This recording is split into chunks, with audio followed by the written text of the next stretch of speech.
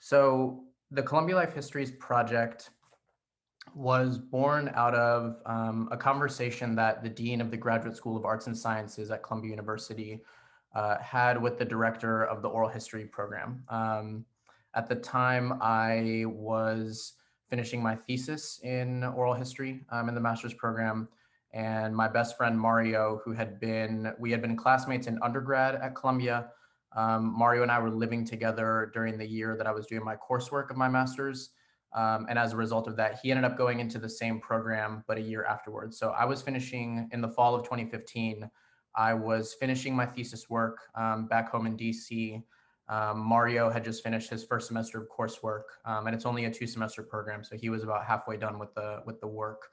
And we got an email from Mary Marshall Clark, who is at the time was the director of the master's program, and she said that she had just had a conversation with the dean of the graduate school in which he had made himself vulnerable and basically confessed to her that some months earlier, a group of the Students of Color Alliance at Columbia, so a group of students of color, mainly Black students, had come to him and said that they had serious problems with the way their Columbia experience in education was going, and specifically that they felt as if they had been basically sold a false bill of goods.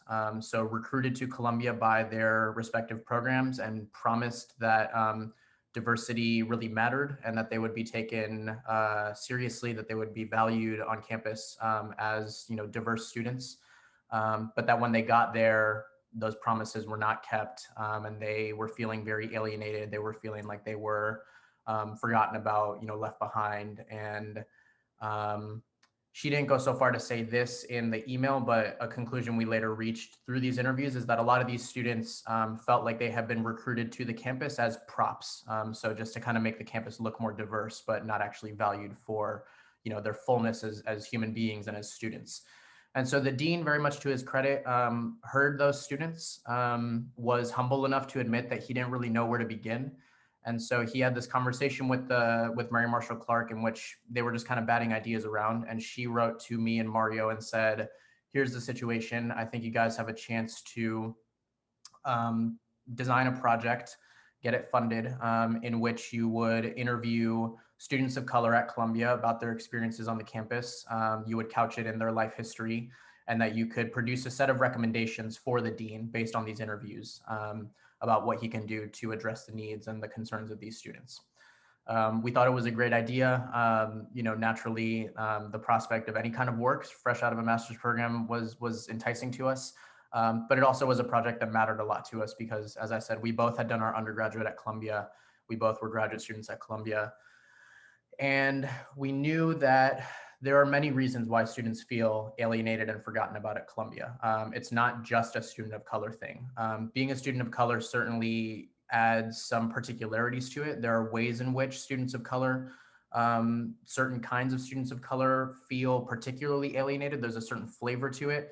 But we knew from having done our undergrad at Columbia that it's kind of it's really par for the course to be at Columbia and feel like nobody cares about you, feel like nobody is listening or really checking in on you, or valuing you in your fullness. And so as a result of that, we decided to take a broader approach. So in our first phase of interviews, we interviewed any student who wanted to be interviewed about their graduate experience. We put out an open call through all the departments in the graduate school, and we advertised it as a project about diversity, but diversity in many forms. So race and ethnicity would be at the center of it, but we were also, of course, interested in categories of gender, class, socioeconomic background, age, which ended up proving a very interesting one when we interviewed older students. Ability, disability, academic discipline. Like we wanted a diversity of disciplines. Unfortunately, it did shake out that most of our narrators were in the humanities for reasons that are probably, you could probably guess. But we were looking for all kinds of different diversity, especially in that first phase, just to get a baseline of like, what even is the graduate experience at Columbia? What's common to it across these various identity categories? Interestingly, in that first phase, we interviewed, I think we interviewed 16 people. And of those 16, 14 were students of color. but only 2 of those 14 students of color were Black students. Most of the students were like me, neither white nor Black, on site, and kind of in between or liminal, or kind of having a story that would speak to some other aspect. We interviewed a couple of Asian American students and one student from China. These were the students who felt like they had something to contribute that wouldn't normally be captured in, a standard or a stereotypical project about diversity. And what we later found out in phase 2, when we we specifically targeted Black students because we knew that that was at the heart of the original impulse for the project. Something else that we found was that Black students with, for very understandable reasons, were often reticent to just offer up their story, especially to people who they didn't already know.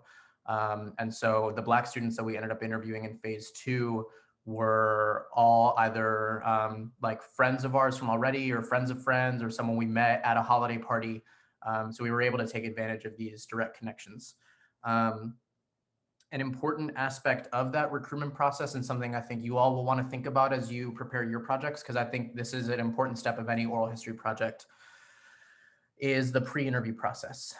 So in this particular project, there were, not to overstate it, but there were security concerns. And by that, we mean, to get students to speak candidly and honestly about their Columbia experience, involved them making statements that they wouldn't want their advisors to hear, right? They were worried that they might be risking a future recommendation letter, or something like that, by speaking candidly about their experience. And so the pre-interview meeting, which was basically just over a cup of coffee on campus, was a crucial aspect of the process. It was the means by which we would explain what the student could expect in the interview.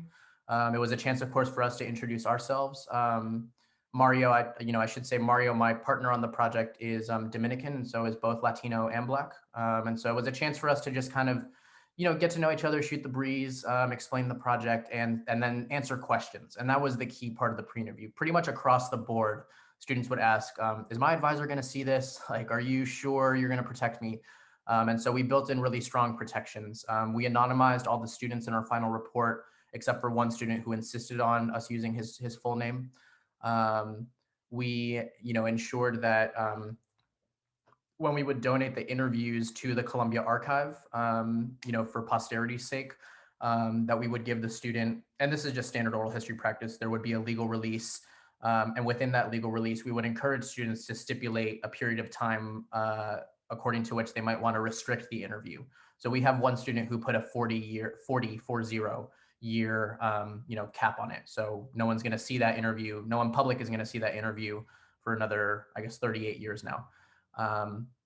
So the pre-interview was an important step. I'm happy to talk more about it in Q&A if you guys want to talk about that. And our main conclusion, and it wasn't like a shocking conclusion, but for some people, and it really, for me personally, it did take me some thinking through to kind of arrive at and be like, oh, of course, this makes a lot of sense. And if you read the report, you'll see this. We came to the conclusion that a quote unquote diversity approach to equity at the school was insufficient.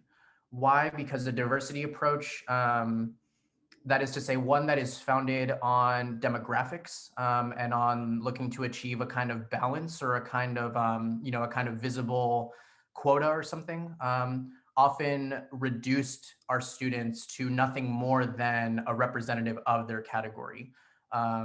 Many of them reported experiences. Again, this goes back to the idea of feeling like a prop, feeling like you had to, speak for your entire, culture or your entire race, being tokenized, being the only Black student in class, that sort of thing. And so it helped us think through, some of the complexities of what a diversity approach would really entail, like an appropriate one. And we, really benefited from the life history method. In some ways, the method led to the conclusion, but that's not to say the conclusion was invalid. So I want to talk a little bit about the life history method. So this is a quote from a really great essay that I recommend everybody read, especially oral historians. Can I make this full screen? The Politics of Recognition by the Canadian philosopher Charles Taylor. Um, Taylor's awesome. He writes about ideas of the self, community, authenticity, relationships.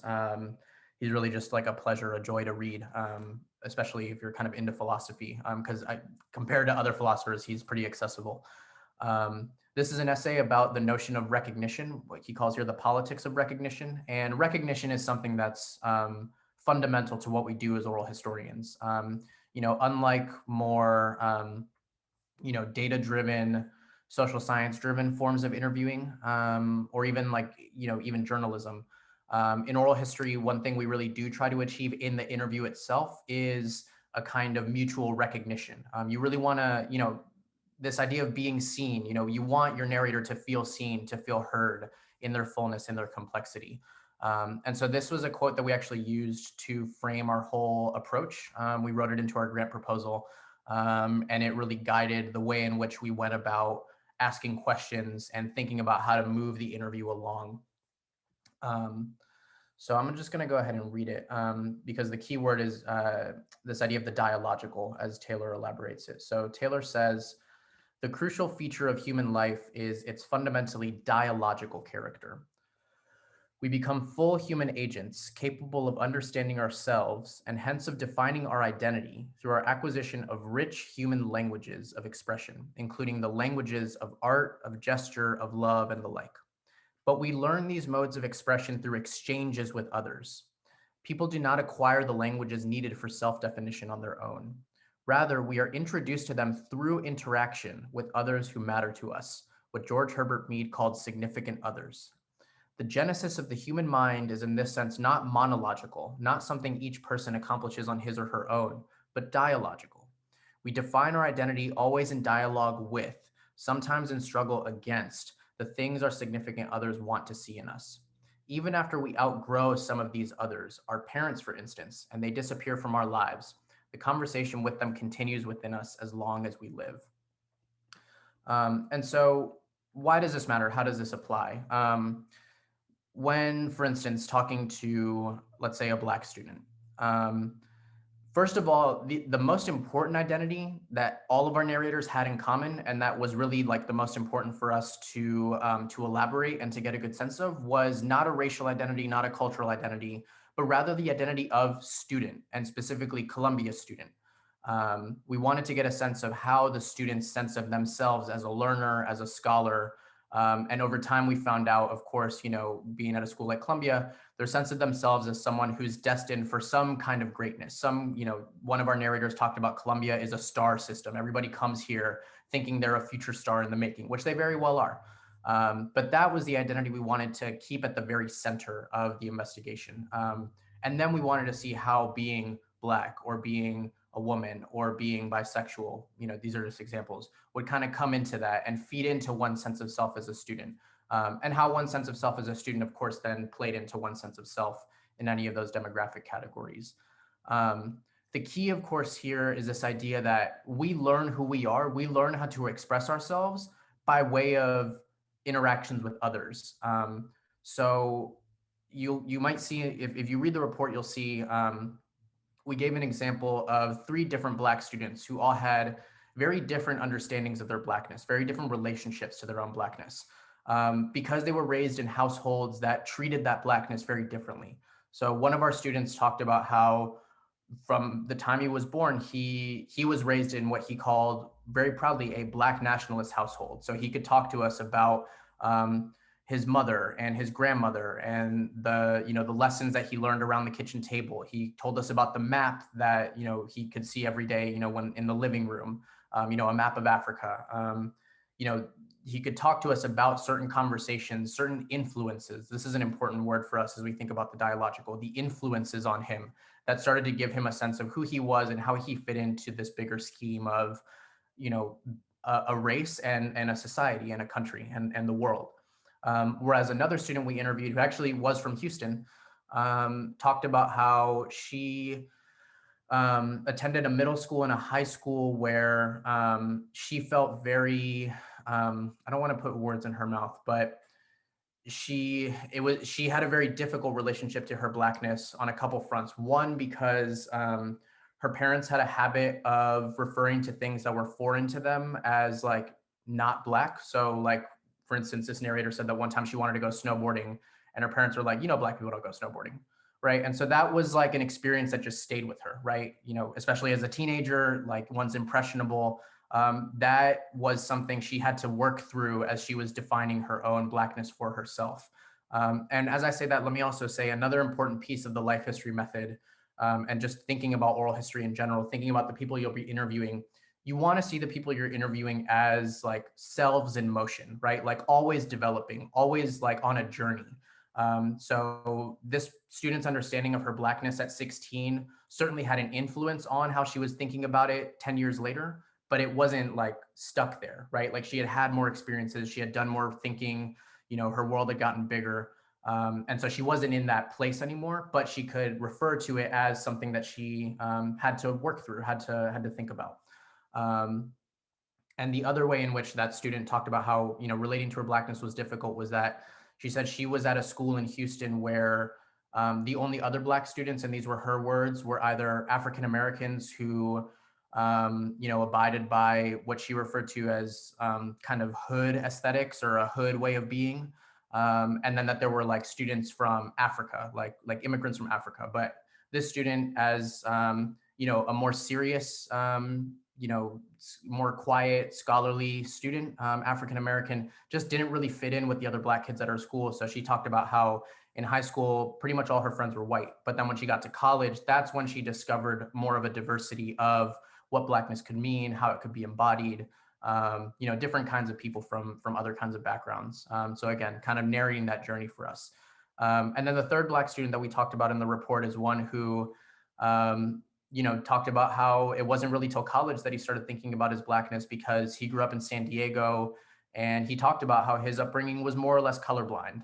He had had some experiences of racism or a kind of intimation of it as a young kid, but the example he gave was that growing up in San Diego, you see mixed couples all the time. He said, you know, you'll see, you know, a white guy with a Black girl, a Black guy with an Asian girl. Like these were examples that he gave. And he said, so talking about myself, like being Black wasn't like the most fundamental thing about me until I got older, until I was more in the world, until I started having newer kinds of experiences. So I just give that as an example to say that this is, again, the approach that we take. It's not like we sit down and assume that the person's, you know, that the demographic identity that we're interested in as researchers is like the most important thing in the world to the person that we're interviewing.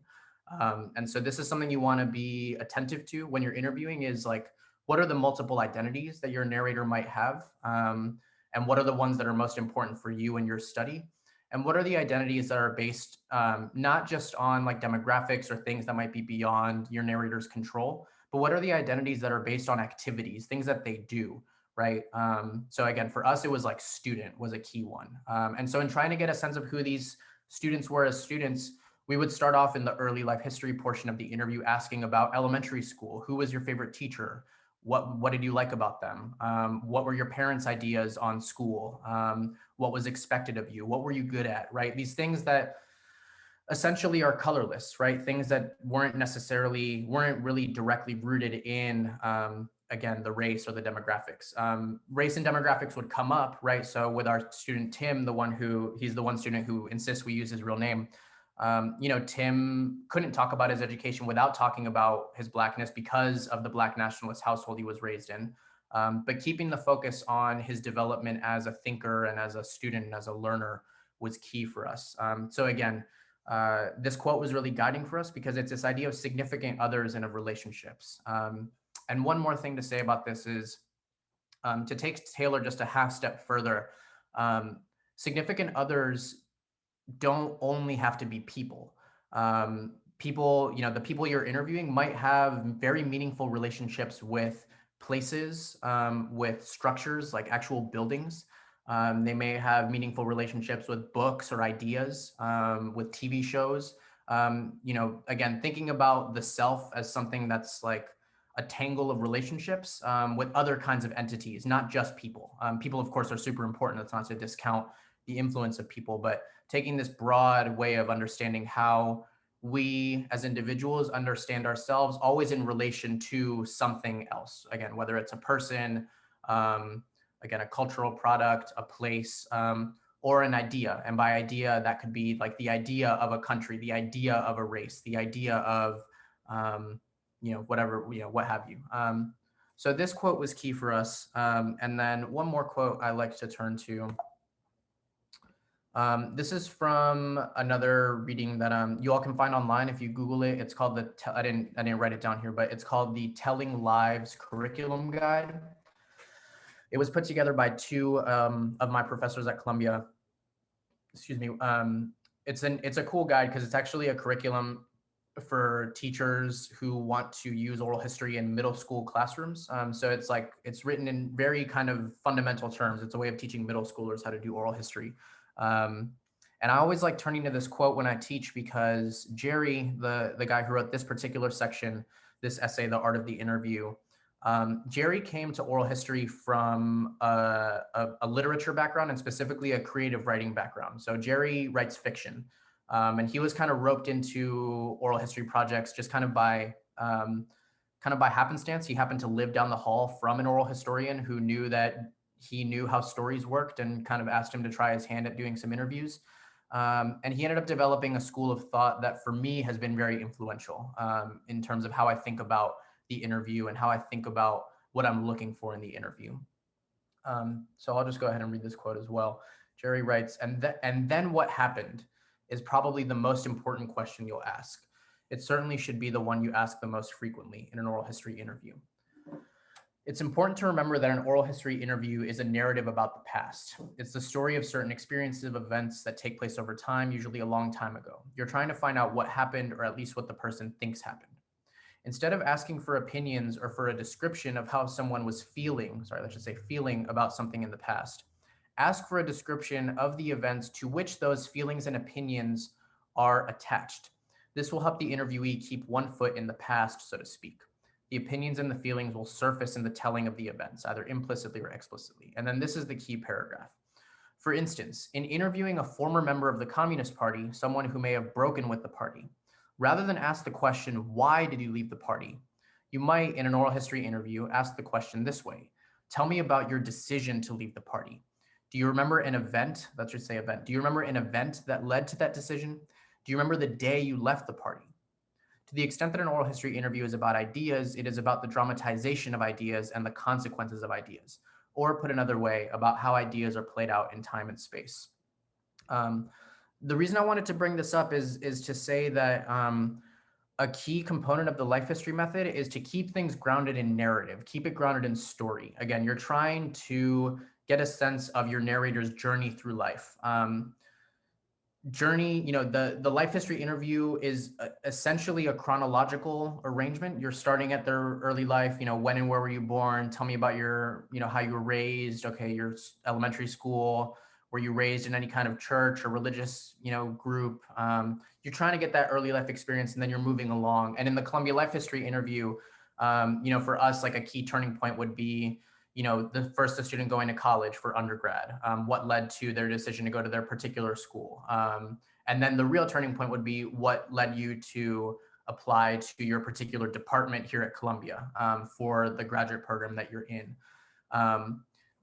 It was important to keep, as Jerry says, our narrators with at least one foot in the past, like really grounded in narrative, because it would allow for when we did go asking for commentary or analysis. So asking the student, like, how do you feel about your department, or what do you think could be better? What do you want the dean to know? What changes would you like to see? If we did a good job of grounding that in narrative and getting a good sense of the narrator's story, those opinions and assessments were often much more nuanced, much more grounded, and much closer to the truth, basically. You can contrast this, for instance, with, a standard questionnaire. So the graduate school does this from time to time. They send this questionnaire out to all students asking us to evaluate our experience. First of all, they don't get a great response rate. And secondly, the questionnaire itself doesn't really ask for a whole lot of substance. You get very superficial answers. And so to go back to Jerry's contrast here, the question, why did you leave the party? Why is a pretty abstract way of asking the question. And so a kind of axiom that I like to go with in teaching oral history is abstract questions will tend to get you abstract answers. If you can make your question rooted in some kind of narrative, when it comes to life history, those moments of like insight or kind of turning points, those moments when a light bulb goes off, when consciousness shifts, that's another big word for us is consciousness. Those are the moments you really want to get at. And if you can, again, keep that at least halfway grounded in narrative, in kind of the ordinary details of the day in which it happened, then the analysis and the commentary you ask for will emerge, and will be really tied to something concrete. So that's something I would encourage you all to just to think about how to apply in your projects. The last thing I'll do is show you the way in which we structured our questions. So this is something that I was taught as a student, an oral history student, is to, and this is again in the spirit of ensuring that your questions in the interview itself are concrete and narrative driven and grounded, is to separate your research questions, which are the big, hairy, abstract, important questions, the ones that your study is really looking to answer, to separate that from the interview questions, which are, again, more concrete, more rooted in narrative. And so just as an example, we can turn to this first one. So this, of course, was, a key, this kind of was the research question that drove the early life part of the interview. So how does this particular student, or how do students of color in general understand their own identities? And then this is us really channeling Charles Taylor, who I read a few minutes ago. What experiences, relationships, and social context contributed to that understanding? So rather than asking our student, hey, Tim, what experiences, relationships, and social contexts have contributed to your understanding of your identity, which could go, who knows where that would go. We would start by asking, when and where were you born? How were you raised? Talk to us about your community. Is there anyone in particular that really stands out from your community that you kind of embodies it, that's really worth remembering? Talk to us about your schools, etc. So I can just kind of scroll these, and I'm of course happy to, to send this and to share it with you all. Something that we did that I like, that was helpful was, we actually used the dean's own words to prompt certain questions. This was a key aspect of our study, was knowing that we were basically asking all our questions, doing all the interviews, and eventually writing our report for an audience of one. It's for the dean who commissioned the study, who was in a position of power to actually make the changes that the students would be recommending. The imperative to archive the interviews later for posterity's sake is a real one and an important one, but was secondary. Fundamentally, we were really looking to be intermediaries, between the student and the dean. And so before the dean, this was about a month before we got our email from Mary Marshall Clark saying, hey, I just talked to the dean. I think there's some, there's a project here. He himself had sent an email out to all students on the graduate campus, responding to, because this was in the fall of 2015. So this was in the wake of like, everything that was going on at the University of Missouri was really in the air. When like the football team went on strike for a day, there was like a big dust up over Halloween costumes at Yale that semester. A lot of colleges were starting to think about changing their mascots, if they had like Native American mascots, that sort of thing. So the dean himself wrote this email to students where he tried to like address how some of these problems might be common, might be true of Columbia as well, and how he wanted to do something to address it. And so what he identified as the real experience of disavowal experienced by students on campus, that became kind of a research question in and of itself for us. We tended to ask all our students, like, what does disavowal mean to you? Do you feel like you've been disavowed? What do you make of that term? And then what do you do about it? And so that was helpful to kind of channel the dean's own concerns. And that was something we did actually before interviewing any students, before even phase one.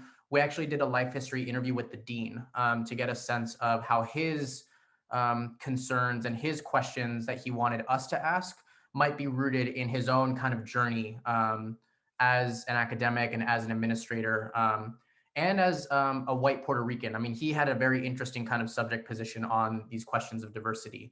We wanted to get a sense of how do these questions emerge from just your own experience of sitting and thinking about them and your own life as a kind of point of reference for them. Um, so yeah, I know I've probably thrown a lot out and I haven't tied it all together, but I'm hoping this is helpful. Um, and the last thing I'll say is, again, keep in mind that when you're interviewing people, as Walt Whitman said, people, everyone contains multitudes.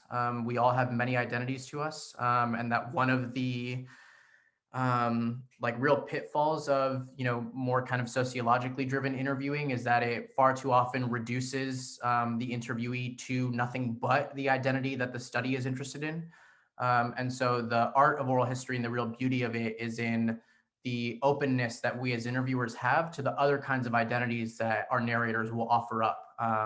Sometimes as neatly packaged identities, but sometimes just as, it might just be a mention of, an activity that they like to do. Maybe they just mentioned that they like to garden.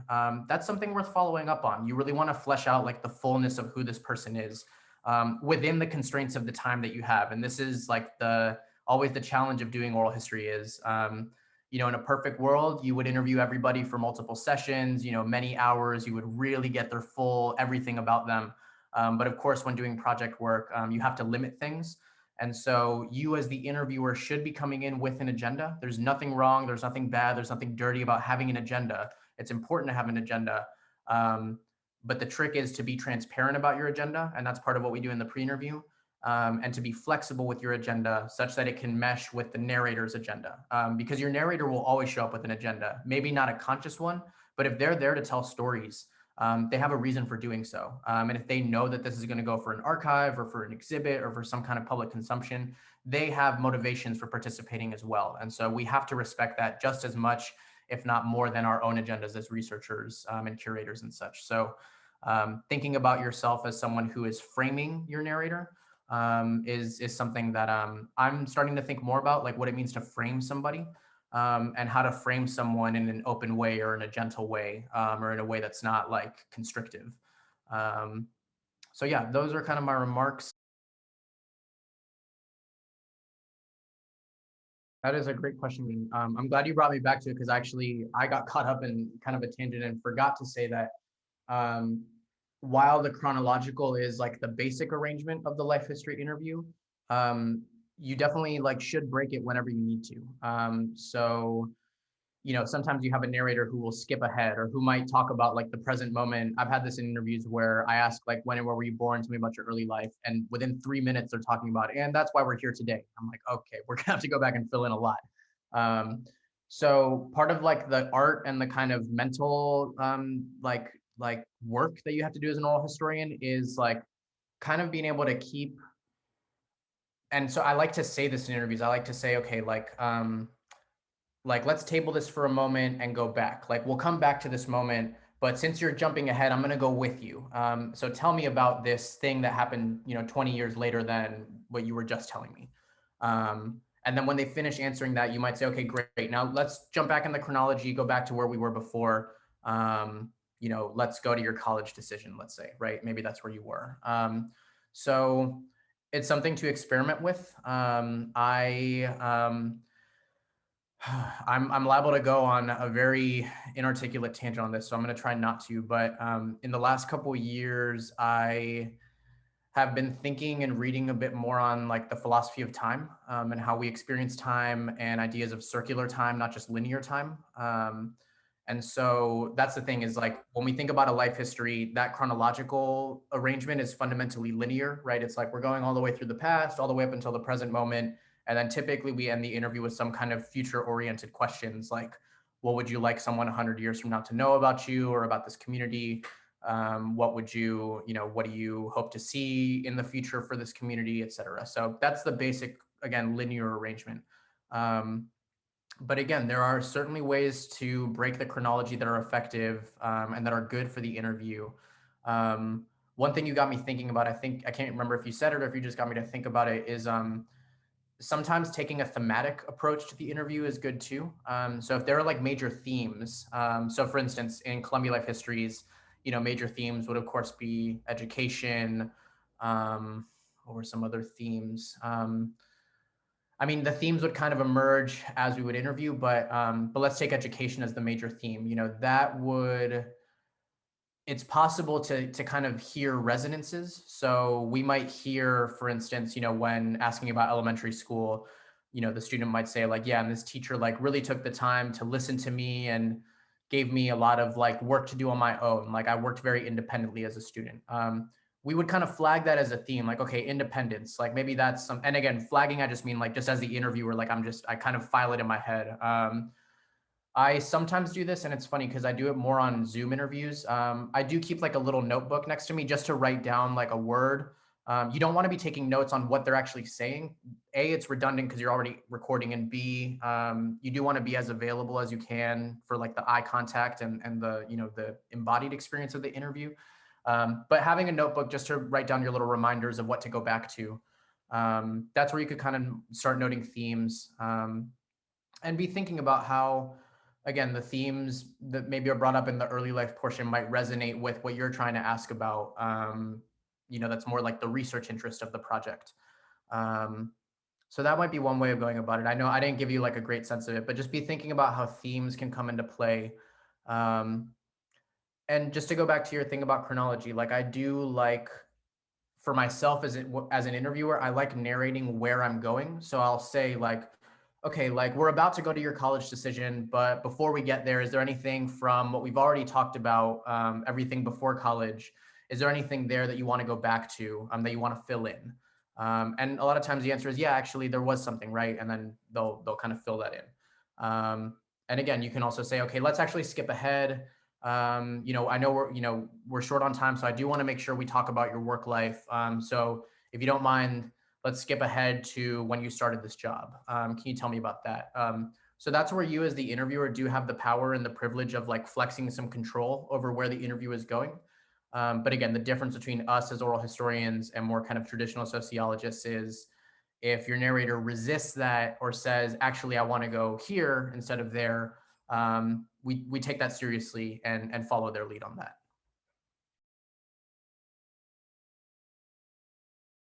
That's a great question. It kind of depends on the person you're interviewing. And this is why a pre-interview is really important too, actually, is pre-interview is a chance for you to start building that relationship, start learning what makes this person tick, what is going to be that question that opens up that Pandora's box. Um, I tend to, again, using Taylor as my guide, I tend to like asking about like influential relationships. So if the project is about food, um, you know, learning about like, you know, what, you know, were there any like cookbooks that they remember, or like shows? Like if you're talking about me personally in food, like Emeril Lagasse is like my dude. You know, when I was little, like Emeril like made me want to be a chef. Like if you're gonna frame me as like a food person, I would have to talk about Emeril. So you might open that up by asking something about, again, like how did you first learn how to cook? Maybe asking what mistakes they made, right? Like again, it's the life history method is fundamentally about like people as learning and developing over time. And so doing that by making mistakes, by reflecting on it, by having conversations with other people who help them understand, you know, their approach to the topic, or to the activity. Um, I would also maybe ask about like certain spaces, right? Like if they can remember, I don't know if there were like restaurants that they remember always going to. This gets us back actually to thinking about time as more circular than linear, thinking about rituals. So if there was a restaurant they always went back to, or maybe it's a restaurant that they always spent their birthday at, or, you know, those kinds of things. Yeah, is that helpful? Yeah, that is. Thank you. And maybe, and then to take it another step further, you know, you may, you know, if you're talking to someone who at this point is like really, you know, like cooks a lot and this is who they are, like maybe they can talk about teaching other people to cook, right? Maybe they've had experiences of passing it along themselves and what that means to them. Again, you want to see people not as like islands, right, but as like points of connection with other people, with places, spaces, ideas. And so anything you can do to get people talking about how they're in relationship to those kinds of things, is good.